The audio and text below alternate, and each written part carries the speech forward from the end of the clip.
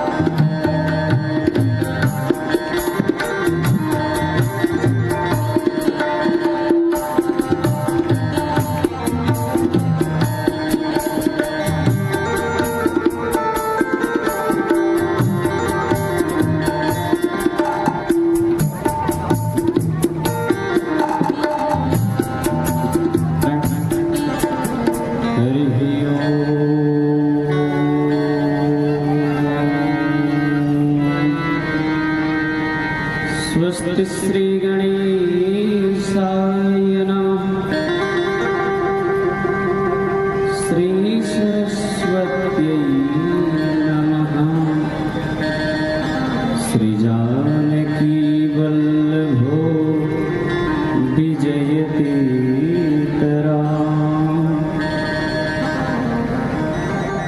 श्री राम कथा रसिक प्रभु श्री शंभुनाथ हनुमान। प्रेम सहित आसन धरहु करहु कथा करना। श्री लक्ष्मी नाथ समारंभा नाथयामुनमध्यमा। अस्मदाचार्यपर्यन्ता वन्दे श्रीगुरुपरम्पराम्। श्रीगर्गार्यवंशकलशाम् बुधिपूर्णचन्द्रम् श्रीगोविन्दसूर्यपदपङ्कजचञ्चरीकम्। श्रीरामदेवतनुजं विनयोज्ज्वलन्तम्। श्रीपुरुषोत्तमं गुरुवरं शरणं प्रपद्ये। सीतासिते यत्र तत्रतरङ्गचामरे नद्यो विभाते मुनिभानुकन्यके। लीलापत्रं सबटदेव साक्षात् सतीर्थराजो जयते प्रयागराज। सतीर्थराजो जयते प्रयागराज। लोकाभिरामं रणरङ्गधीरं राजीवनेत्रं रघुवंशनाथं।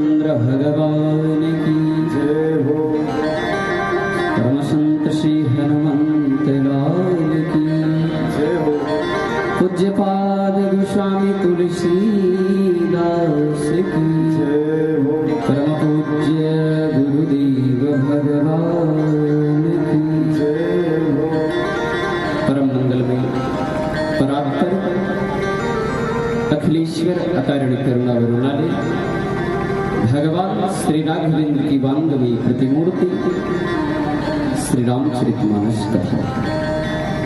आज परम सौभाग्य का विषय है हमारी परमाराध्य श्री राम जी अग्रहरी इस बाजारी के सेठ जी के द्वारा आयोजित हनुमत जन्मोत्सव उपलक्ष्य में त्रिदिवसीय श्री राम कथा।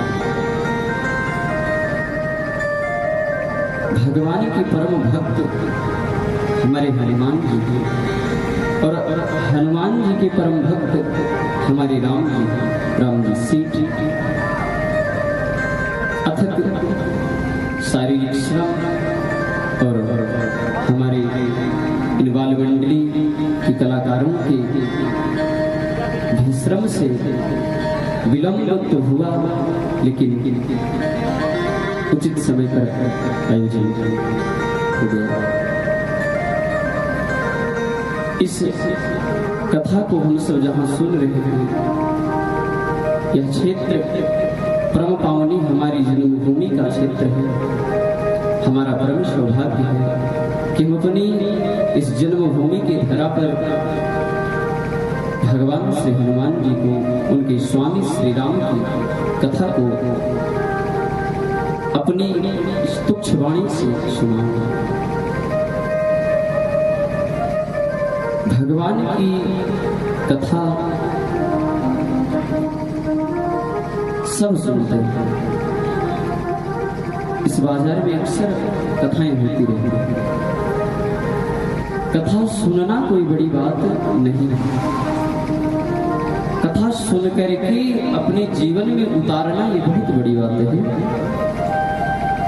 महाराज, कथाएं तो बहुत लोग सुनते हैं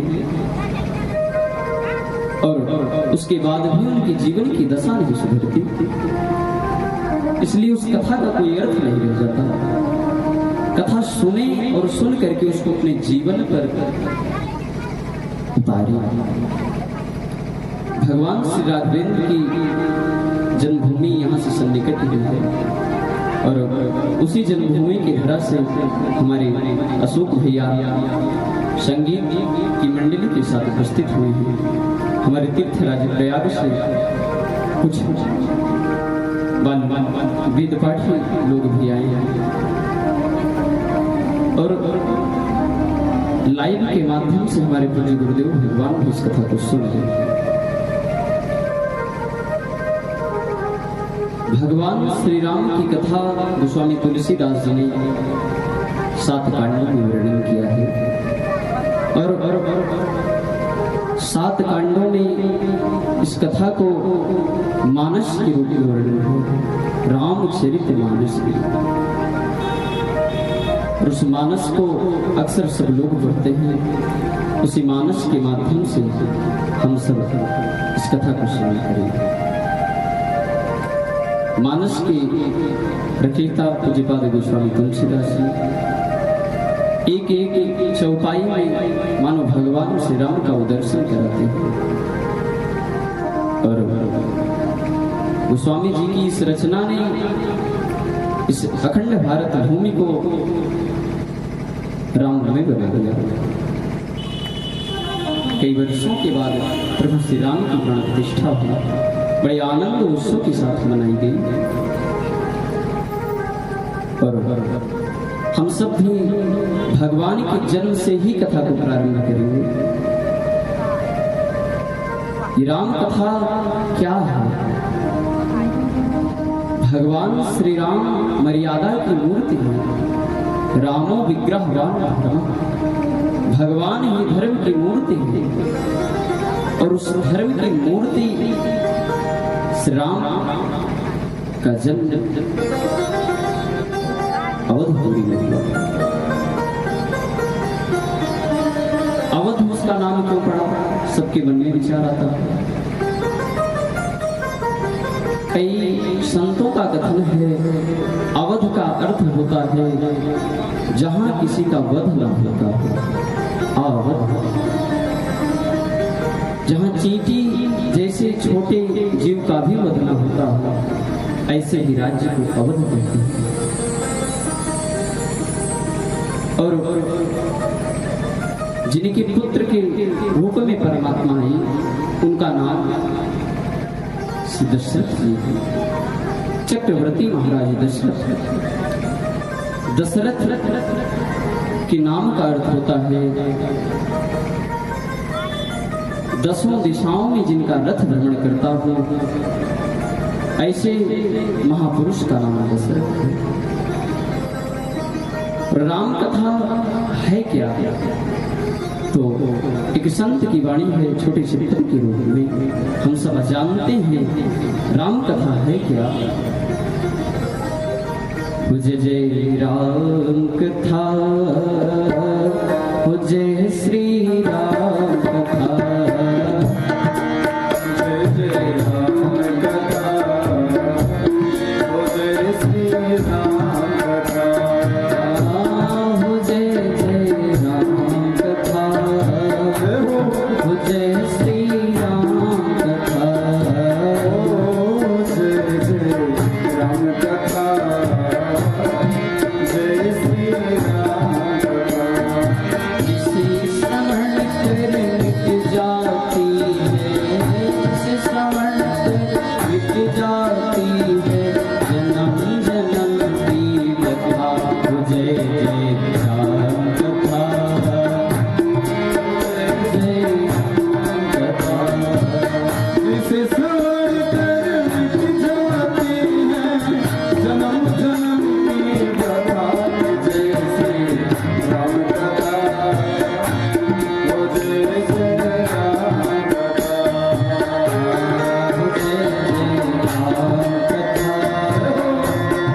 जय श्री राम कथा, जय जय राम कथा,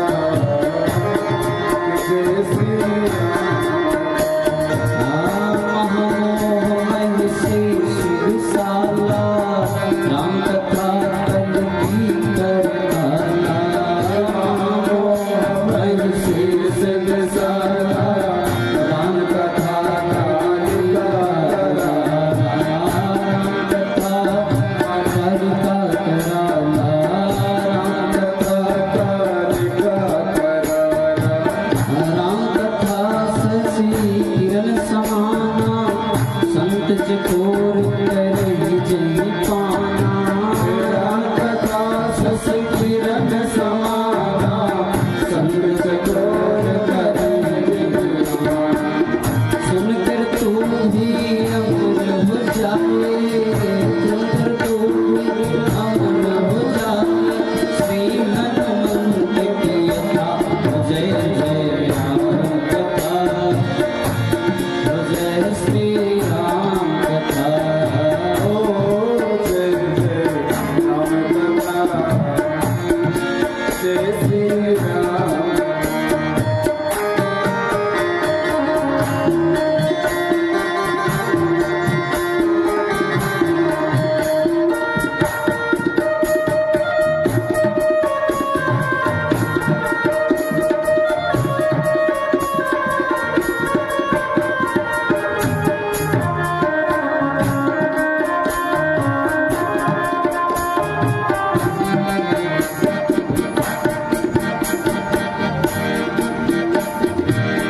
राम कथा कई मत गाई, सुन सजीवन मोर सुहाई। राम कथा कल आमद गाई, सुन संजीवन मोर सुहाई। बुद्धि विशाल सकल जन रंजन, राम कथा कल बल सखी बंधन। सकल जन रंजन, राम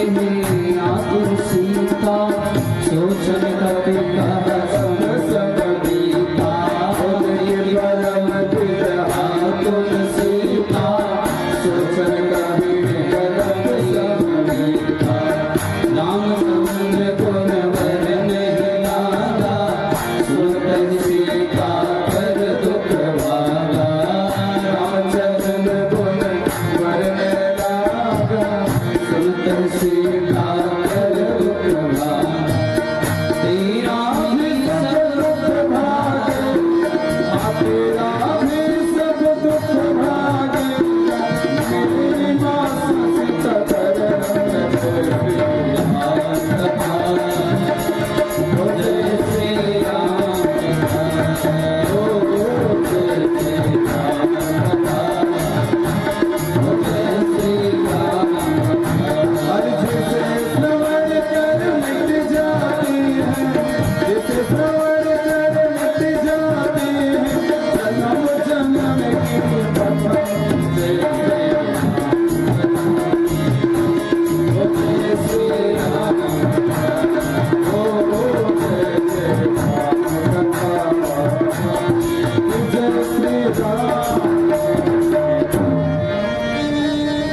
राम कथा कोई साधारण कथा नहीं।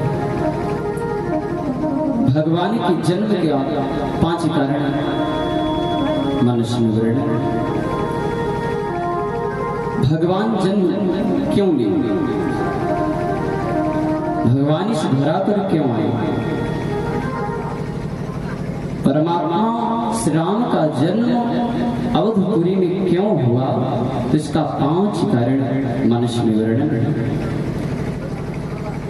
भगवान के जन्म का जो पहला कारण है, उसमें भगवान शंकर मां भगवती से कहते हैं, देवी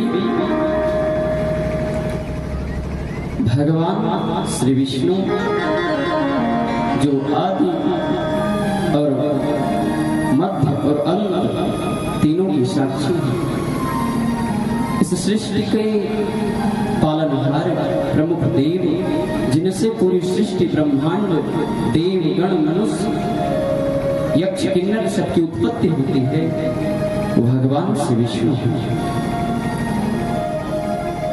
और भगवान विष्णु के 2 द्वारपाल हैं। वैकुंठ में भगवान विष्णु वास करते हैं। उसी वैकुंठ के दिव्य द्वार पर 2 द्वारपाल हैं, जिनका नाम जय और विजय है। और ब्रह्मा की मानस पुत्र शौनकादि ऋषि जो हैं, ये भगवान विष्णु के अनन्य भक्त हैं। एक बार शौनकादि ऋषियों ने भगवान का दर्शन करने के लिए वैकुंठ में आए और भगवान ने अपने पार्षदों से कहा था, इस समय किसी को प्रवेश मत करने देना। जय और विजय दिव्य सुदर्शन चक्र और 5 जन्य शंख धारण करके मुख्य द्वार पर खड़े थे। सनत कुमार आए और अंदर प्रवेश करने का प्रयास किया। तुरंत ही जय और विजय ने रोक दिया। सनत कुमारों ने कहा, मुझे जाने दो, मेरे पिता भगवान श्री नारायण हैं, उनके दर्शन में बाधा मत बनो। एक बार प्रयास किया, नहीं जाने दिए। 2 बार प्रयास किया, नहीं जाने दिए। तीसरी बार भी प्रयास किया, नहीं जाने दिए। अपने कमंडल से संत कुमारों ने जल को निकाला और साप दे दिया, जाओ, जिस प्रकार से तुमने हमें भगवान के दर्शन में बाधक बन रहे हो, दर्शन करने नहीं दे रहे हो, इस प्रकार से ही तुम असुर बनोगे। और 3 बार तुमने हमको दर्शन नहीं करने दिया, 3 बार तुम्हें योनि जो प्राप्त होगी, 3 योनि में तुम असुर बनोगे। और इतना कह करके जैसे ही वापस आने लगे, भगवान श्री नारायण अपने दिव्य सिंहासन से दौड़ करके आए। चारों भाइयों ने प्रणाम किया। भगवान नारायण ने कहा कि ये तुमने क्या कर दिया? सनत कुमारों ने कहा, भगवान आपके दर्शन में बाधक बन रहे थे, और भगवान के दर्शन में जो बाधक बने वो असुर हो सकता है, इसलिए मैंने श्राप दे दिया, जाओ तुम असुर हो जाओ। भगवान ने कहा, मैंने नहीं कहा। इस समय वैकुंठ में किसी का प्रवेश मत होने देना, इनका कोई दोष नहीं है। सनत कुमारों ने कहा, तो श्राप वापस होने वाला नहीं है। जब जब ये असुर बनेंगे तब तब आपको परमात्मा का रूप, मानव के रूप में धारण करना पड़ेगा और इनका उद्धार करना पड़ेगा। वही बार सतयुग में हिरण्याक्ष और हिरण्यकश्यप बने, जिनके उद्धार के लिए भगवान वाराह ने अवतार लिया और हिरण्यकश्यप को मारने के लिए भगवान श्री नृसिंह देव का प्रकट हुआ था। दूसरी बार यही रावण और कुंभकर्ण बने, जिसमें भगवान श्री राघव को जन्म लेना पड़ा। और तीसरी बार शिशुपाल और दंतवक्र नाम के राक्षस बने, तो भगवान श्री कृष्ण का जन्म हुआ। तो भगवान के जन्म का पहला कारण ये है, जय और विजय उनके पार्षदों के उद्धार के लिए भगवान को जन्म लिया। अब बाबा दूसरी कारण को बताते हैं। यह कथा महारानी तुलसी से जुड़ी हुई है। पिछले जन्म में तुलसी वृंदा नाम की थी, परम सुंदरी थी वृंदा, और वृंदा के पति का नाम जलंधर था। असुरों का राजा जलंधर था। जलंधर की पत्नी वृंदा। वृंदा का सतीत्व इतना था, कोई भी देवता जलंधर का वध नहीं कर पा रहा। परम सती महारानी वृंदा थी, और उन्हीं के कारण जलंधर का अत्याचार बढ़ता है। एक बार सभी देवता लोग जाकर के भगवान से प्रार्थना की, भगवान आप कुछ करिए, जलंधर का अत्याचार बढ़ रहा है। भगवान ने महारानी वृंदा के साथ छल से उनका सतीत्व नष्ट कर दिया, और उनके पति के रूप में जाकर के जब सतीत्व को नष्ट किया, और उसके पश्चात महारानी वृंदा को जब पता चला कि हमारे सतीत्व को भगवान विष्णु ने नष्ट कर दिया है जलंधर का रूप धारण करके, उन्होंने श्राप दिया, जाओ जिस प्रकार आज हमारे पति के ना रहने पर तुमने हमारे साथ छल किया, इसी प्रकार से हमारा पति ही ऐसा असुर बनेगा कि तुम्हारे न रहने पर तुम्हारी पत्नी का हरण करेगा, उनकी विरह में तुम तड़पोगी। भगवान के जन्म के दूसरे कारण का वर्णन। अब बाबा तीसरे कारण को बताते हैं। यह हमारे भगवान के अनन्य भक्त की कथा है, भक्त श्री नारद जी की कथा है। तीसरे कारण में कहते हैं, एक बार नारद जी तपस्या कर रहे थे, और तपस्या करते करते इतने लीन हो गए, श्वास नलिकाएं अवरुद्ध कर ली प्राणायाम के द्वारा, और बड़े ही अखंड रूप से तपस्या में लगे थे। उसी समय भगवान श्री विष्णु ने नारद की परीक्षा लेने के लिए कामदेव को आदेश दिया। कामदेव जी आप जाइए और जाकर के ये पता लगाइए कि नारद के ऊपर काम का कोई असर है या नहीं। नारद जी के पास कामदेव जी आए, कई प्रकार से प्रयास किए, लेकिन नारद जी की तपस्या भंग नहीं हुई। अब नारद जी को ये लगा कि मैंने काम पर भी विजय प्राप्त कर ली, अहंकार हो गया। आज तक इस सृष्टि में किसी ने काम वासना पर विजय नहीं प्राप्त की और हमने काम वासना पर विजय प्राप्त कर ली। इस अहंकार में नारद जी एकदम मग्न थे और भगवान ने अपनी माया को रचा, एक माया का नगर बना दिए और एक माया की कन्या का निर्माण कर दी, विश्व मोहिनी, और माया का स्वयंवर रच दिए। और उस माया को देख करके नारद जी के मन में विवाह की कामना उत्पन्न हो गई। इस विश्व मोहिनी से अगर मेरा विवाह हो जाए तो कितना अच्छा होगा। परम संत ये भगवान के अनन्य भक्त और परम संत श्री नारद जी कह रहे हैं मेरा विवाह हो जाए। और विवाह के लिए तो उनको सुंदर रूप की आवश्यकता थी, क्योंकि विश्व मोहिनी के लिए विश्व सुंदर आवश्यकता थी। तुरंत ही उन्हें भगवान श्री नारायण के पास पहुंचे और नारायण को प्रणाम किए और कहते हैं कि हे भगवान, आप मुझे ऐसा रूप दीजिए जिसमें हमारा हित हो और यहाँ गोस्वामी तुलसीदास जी कहते हैं जीवित होई नाथ हित मोरा,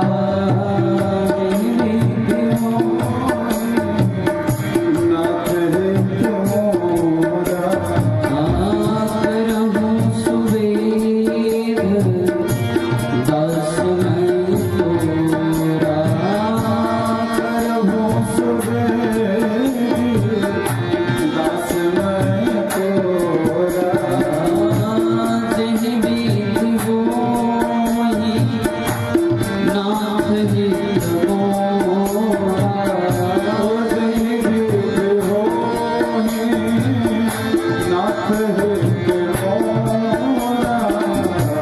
करहु सुवेद दास मैं तोरा।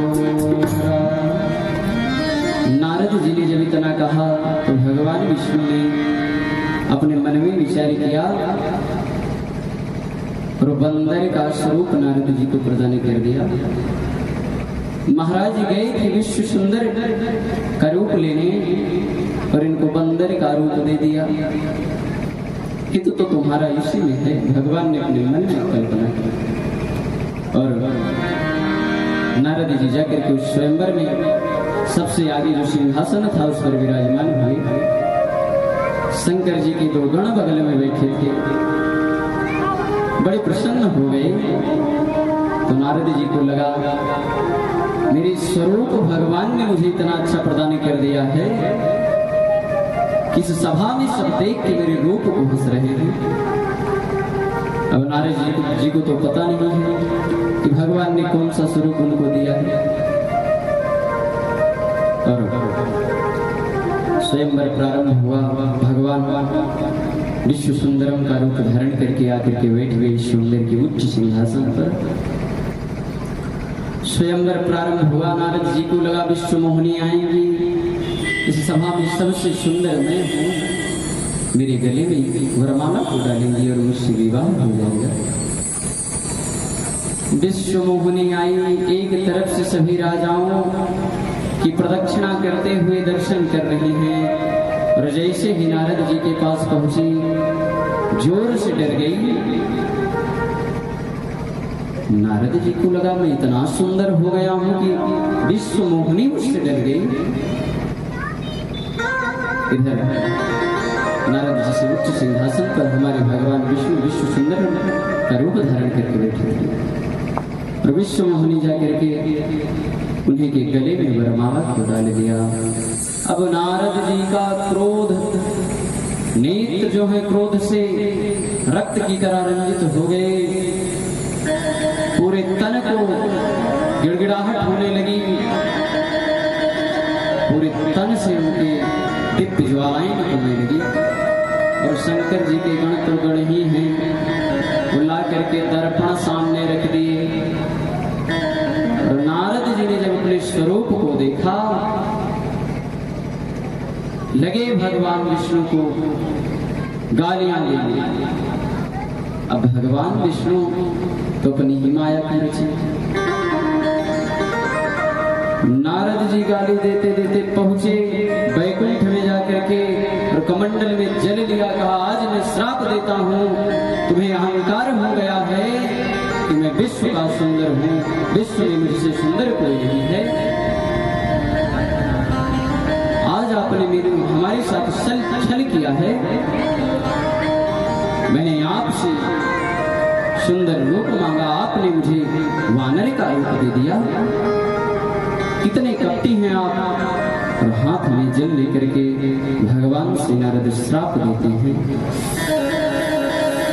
मैं पहला श्राप देता हूं, जिस राजकुमारी को धारण करने के लिए आपने हमसे छल किया, उसको दोबारा धारण करने के लिए आपको मानव का शरीर धारण करना पड़ेगा। दूसरा श्राप दिया, मैंने आपका स्वरूप मांगा, आपने मुझे वानर का स्वरूप दिया। जाइए, जब आप मानव के रूप में जन्म लेंगे तो यही वानर आपकी रक्षा करेंगे। और तीसरा श्राप दिया, जिस विश्व मोहिनी के लिए मैं आज रो रहा हूं, इसी विश्व मोहिनी के लिए आगे चल के आपको भी रोना पड़ेगा। भगवान श्री नारायण मुस्कुराए और अपने माया का प्रभाव नारद जी के सर से हटा लिया। इतना 3 श्राप पाते ही भगवान विष्णु नारद के सर से माया को हटा लिए। अब जब माया का प्रभाव हटा तो नारद जी तुरंत लेट करके साष्टांग करने लगे। अपराध सहस्त्र भाजनम पदितम भीम भवर्णभूधरे अगतिम शरणागतम हरि कृपया केवलमात्म साधु। हे भगवान, आज मैंने क्या कर दिया? मैंने आपको श्राप दिया। मैं पुनः संकल्प करता हूं मेरी वाणी मिथ्या हो जाए, मेरी वाणी इसी वक्त रद्द हो जाए। वो भगवान मुस्कुरा कर कहे, नारद जी, आपका नाम ही नारद है।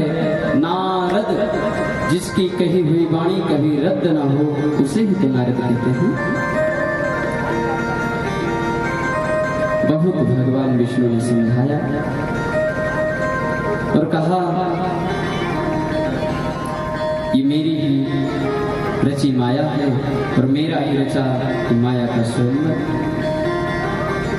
जाओ, इस तुम्हारी अनन्य भक्ति से मैं प्रसन्न हूँ, तुम्हें वरदान देता हूँ, आज के बाद तुम्हारे ऊपर कभी माया का असर नहीं होगा।